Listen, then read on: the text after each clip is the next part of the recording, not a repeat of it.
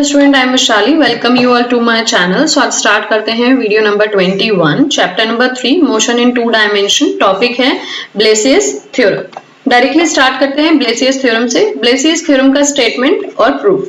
ठीक है, Blasius theorem में 2 पार्ट है, पार्ट 1 और पार्ट 2। ध्यान से देखिएगा। In study 2 dimensional motion given by a complex potential this. अगर हम 2 डायमेंशनल मोशन के बारे में बात करते हैं तो कॉम्प्लेक्स पोटेंशियल की value W is equals to 5 plus I psi से शो की जाती है।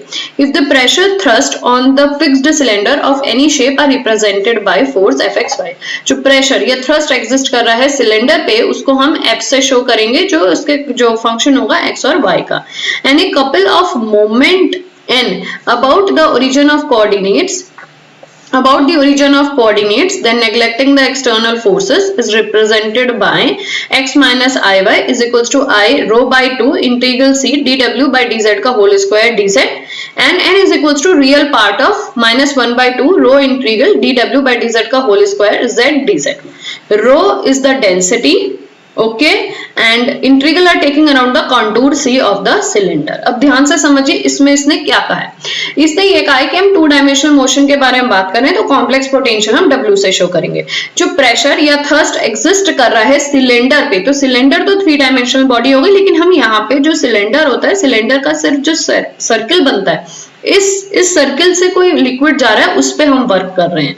ठीक है, अब दूसरी बात समझिए कि सिलेंडर पे जो सिलेंडर का से सर्किल बनेगा, उस सर्किल के सरफेस से होते हुए हमें एक टेंजेंट बनानी है।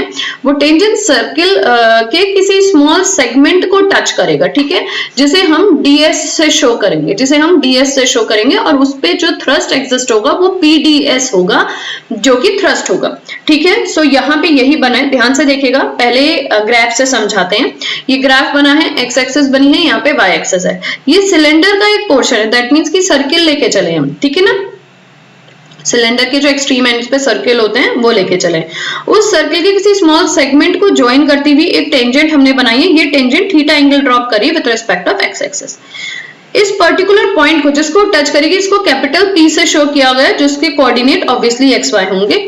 यहाँ पे जो थ्रस्ट या प्रेशर एग्जिस्ट हो रहा है because of the liquid which is the 2 dimensional motion जो एग्जिस्ट कर रहा है, उसकी वजह से जो थ्रस्ट एग्जिस्ट होगा वो PdS होगा।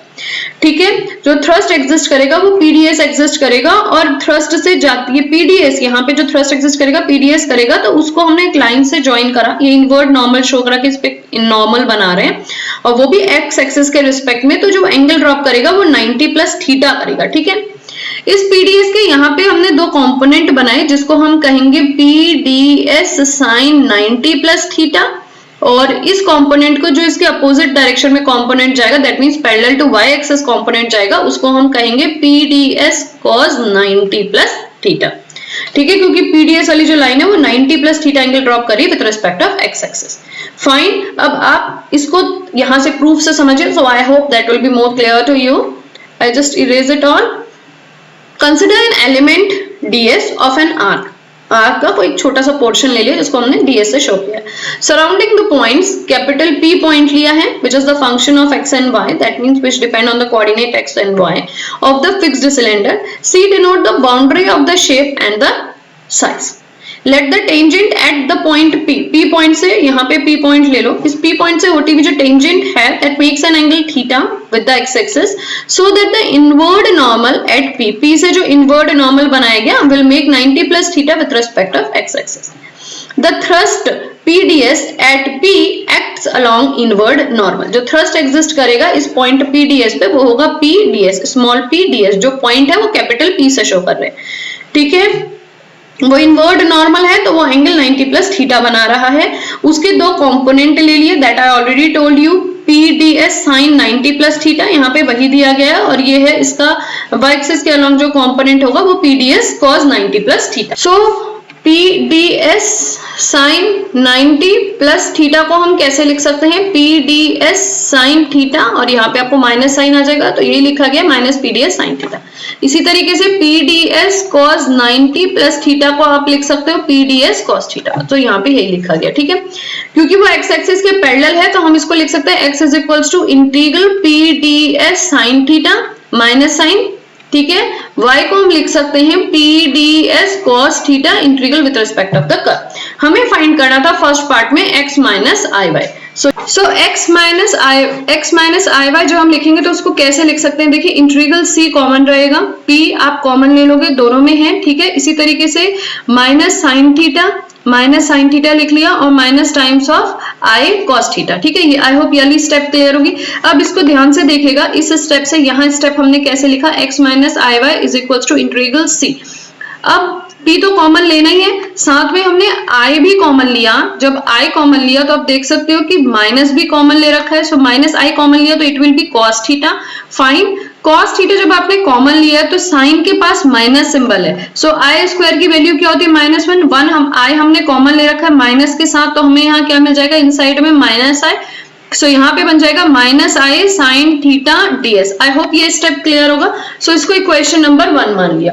इसके बाद Bernoulli equation of steady state of motion का जो इक्वेशन होता है वो ये होता है, ये मैंने प्रीवियस वीडियोस में आपको समझाया है, चैप्टर 2 में हमने किया था।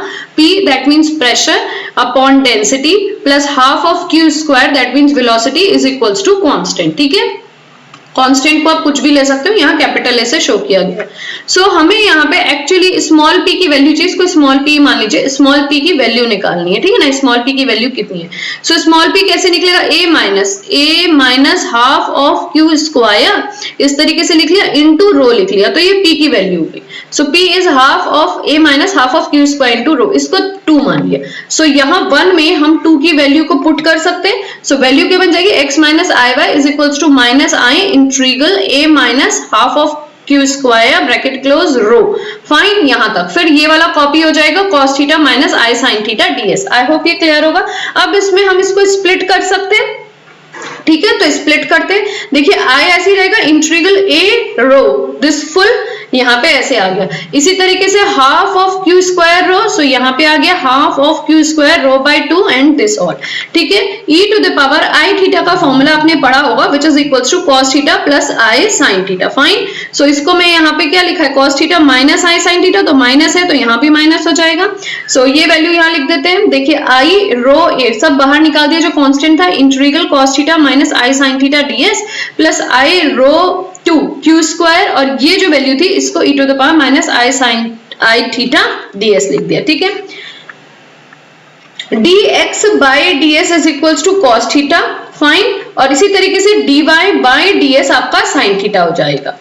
तो tan थीटा की वैल्यू क्या हो गई, dy by dx x minus i y, यही वाला कंटिन्यू करते हैं, x minus i y is i। अब यहाँ पे देखिए ये वाला पहले ले लिया, i rho by 2 integral q square e to power i theta ds, पूरा ऐसी कॉपी हो गया ना। ये वाला जो था वो यहाँ पे आ गया, ठीक है। ये क्या बन जाएगा, i rho a integral cos theta को यहाँ से क्या लिख सकते हैं, cos थीटा ds है ना, cos थीटा इंटू ds क्या लिख सकते हैं, इसको dx लिख सकते हैं। इसी तरीके से sin थीटा ds को क्या लिख सकते हैं, dy लिख सकते हैं, ठीक है। सो यहाँ पे हमें मिल गया dx minus i dy, value put करी तो I just rub it all, dx minus i dy मिल गया, ठीक है। dx minus i dy Cauchy's theorem से हमें पता था कि dz bar z is equals to x plus i y, और z का कंजुगेट क्या होता है, x minus i Y.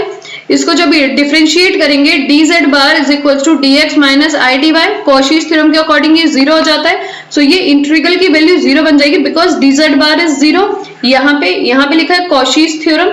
Fine, Cauchy's theorem की वजह से ये सेक्शन 0 हो गया। जो ये सेकंड टर्म थी, फर्स्ट टर्म बची, फर्स्ट टर्म क्या थी, q square e to power minus i theta ds। So यहाँ पे यही रहा, ठीक है ना। अब x माइनस आई वाई आपको पता है क्या होता है, z बार होता है, ठीक है, z बार होता है। सो वही चीज यहाँ लिख दी, x minus i y is equal to i rho by 2 integral c q square e to the power minus i theta ds, जो कि हमने मान लिया this is the fourth equation, ठीक है। अभी हमें प्रूफ क्या करना है, देखिए हमें ये प्रूफ करना है, x minus i y is equal to i rho by 2 integral dw by dz का होल स्क्वायर dz, और हमें अभी तक यहाँ पे मिल रहा है i rho by 2 and this all, ठीक है। तो इस पे हमें वर्क करना है इनसाइड वाली वैल्यू पे, ठीक है ना।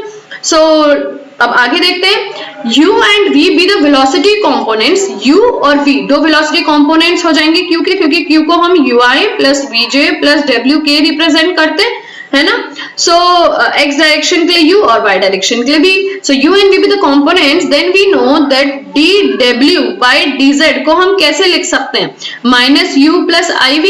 ठीक है, u किस डायरेक्शन पे था, cos थीटा के डायरेक्शन पे था, तो u is equals to minus q cos theta, और v को क्या लिख सकते हैं, q sin थीटा. फाइन, इनमें से i कॉमन लिया तो बन गया cos theta minus i sin theta. अब इस वैल्यू को e to the power minus i theta लिख सकते हैं, तो ये बन जाएगा e to the power minus q e to the power minus i theta, और यहाँ आपको क्या मिल गया, डी डब्ल्यू by d z. So d डब्ल्यू बाई डी जेड की वैल्यू हो गई आपकी minus q e to the power minus i sign i theta. Fine, taking square both the side, so यहाँ भी स्क्वायर कर दो, यहाँ भी स्क्वायर कर दो, और फिर इन्होंने डी जेड से दोनों साइड मल्टीप्लाई कर दिया, क्योंकि मैं इंटीग्रल के अंदर की वैल्यू फॉर्म करनी थी. तो डी डब्ल्यू बाई डी जेड का whole square into d z will be equal to minus q square e to the power minus 2i theta into dz. ये बन गया, ये सेम क्या चीज बन गई जो यहाँ पे इनसाइड में थी, है ना. सो अब ध्यान से देखिएगा, डी डब्ल्यू बाई डी जेड का whole square into d z is equals to z square e to the q square e to the power minus 2i theta. और अब ये जो डी जेड वाला पोर्शन था इसको हमने dx plus i d y बना दिया, मतलब इस वाले को मैं लिख सकती हूँ minus q square e to the power minus 2i theta dx plus i d y. Fine, I hope ये क्लियर होगा. dx plus i d y. अभी प्रीवियस पेज में मैंने आपको बताया कि dx की वैल्यू, प्रीवियस पेज में मैंने आपको बताया कि dx की वैल्यू क्या थी, cos ds थी, और dy की वैल्यू क्या थी, sin ds थी. वही चीज यहाँ पे लिख दी गई, ठीक है. सो dw by dz का whole square into dz will be equals to q square into e to the power minus 2i theta, जो यहाँ पे आ रहा है cos थीटा लिख दिया आपने dx की जगह, और dy की जगह आपने लिख दिया sin थीटा, आई होप, और ds कॉमन लेके बाहर कर दिया. cos theta plus i sin theta का फॉर्मूला आपको पता है क्या होता है, e to the power minus i theta, तो 2 थीटा था, साथ में e to the power i theta भी बन गया, तो ये और ये एक पावर कैंसिल, तो क्या बन जाएगा, q square into the power minus i theta ds. आपको ये वैल्यू बन गई, ठीक है. सो ये जो वैल्यू है this is same as this, ये है. सो इसको हम रिप्लेस करके क्या बना सकते हैं, ये लिख सकते हैं ना, ये इसके बराबर है. वो भी क्लियर हो रहा होगा ना, ये चीज किसके बराबर थी, इसके, और ये चीज किसके बराबर थी, इसके. सो x माइनस आई वाई किसके बराबर बनी, आई रो बाई 2, जो यहाँ पे था, क्योंकि हम वर्क तो इक्वेशन नंबर 4 पे कर रहे हैं, उसी को हमें मैग्नीफाई करना है. I rho by 2 integral with respect of curve c, और ये वैल्यू पूरी रिप्लेस हो जाएगी, q square minus e to the power i theta ds की जगह क्या बन जाएगा, डी डब्ल्यू बाई डी जेड का whole square d z. I hope ये क्लियर होगा. This is the first part which we have to prove. Erase करते हैं. अब आप ध्यान से देख सकते हैं कि कैसा बना है. मैंने आपको यहाँ पे एक एक स्टेप ओपन करके दिखा दिया है. कहीं कंफ्यूजन होगा तो अपनी बुक से कोरेस्पॉन्ड करके इसको एक बार कोरिलेट करके देख लीजिएगा, ठीक है. अब इसके नेक्स्ट पार्ट पे वर्क करते हैं. नेक्स्ट पार्ट इसका ये था, यहां से था, a couple of moment n about the origin of the coordinate then neglecting the external forces. कि मोमेंट कितना जनरेट हो रहा है वो पूछा है, उसकी वैल्यू रिप्रेजेंट करिए स्मॉल एन कैपिटल एन से, और जिसका सिर्फ हमें रियल पार्ट पे वर्क करना है. They don't want the imaginary part, ठीक है. तो स्टार्ट करते हैं. सो moment of the thrust PDS, ठीक है, मोमेंट कितना जनरेट हो रहा है अबाउट द ओरिजिन. सो हम पहले देख लें कि हमारा ओरिजिन कहाँ है. हमारा ओरिजिन यहाँ पे, ठीक है, और यहाँ पे हमारा जो थ्रस्ट क्रिएट हो रहा था वो पीडीएस था. उसके अबाउट जो हमारा मोमेंट का फॉर्मूला बन जाएगा वो आप ध्यान से देखो, तो उसका फॉर्मूला ये बन जाएगा pds sine theta into y और pds cos theta into x, ये फॉर्मूला बनेगा. सो यहाँ पे वही लिखा गया है, integral minus of minus pds sine theta था into y plus pds cos theta था इंटू एक्स, ठीक है. इसको कैपिटल एन से शो किया गया.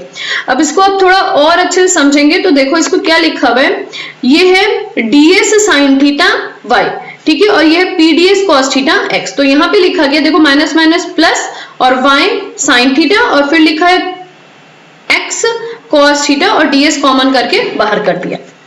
P जो है आपकी वैल्यू P की क्या आई थी, लास्ट पेज में हमने देखा था P is equals to a minus 1/2 q square into rho. P की वैल्यू थी तो वो पूरी वैल्यू यहाँ पे आ गई, ठीक है. y sine theta plus x cos theta ds ऐसे ही रहा. अब इसको स्प्लिट कर दिया, a रो और ये फुल, और साथ में 1/2 क्यू स्क्वायर रो और फुल. तो इस तरीके से दो इंटीग्रल बन जाएंगे हमारे, ठीक है ना. a rho y sine theta plus x cos theta dx. Sine theta ds क्या था, d y is equals to sine theta ds, हम यही तो वर्क करे थे, और dx इज इक्वल्स टू कॉस थीटा ds, तो रिप्लेस कर दो, ये वैल्यू बन गई, यहाँ पे ये वैल्यू बन गई, ठीक है। Minus rho by two q square y sine theta plus x cos theta ds, ये सेकंड टर्म ऐसे ही रहेगी, ठीक है। अब ध्यान से देखिएगा यहाँ पे a rho y dx plus x dy को इसने इंडिविजुअली इंटीग्रेट करा, a rho y dy plus y dy plus a rho x dx which is equals to 0 by the Cauchy's theorem. ये कॉशीज थ्योरम से y dy plus x dx 0 होता है, तो यहाँ पे इसने कहा, सो यहाँ पे एक मिस्टेक हो गई है, ध्यान से देखिएगा, ये y dy plus x dx है, ठीक है, इसको ठीक करिएगा, y dy plus x dx, ठीक है।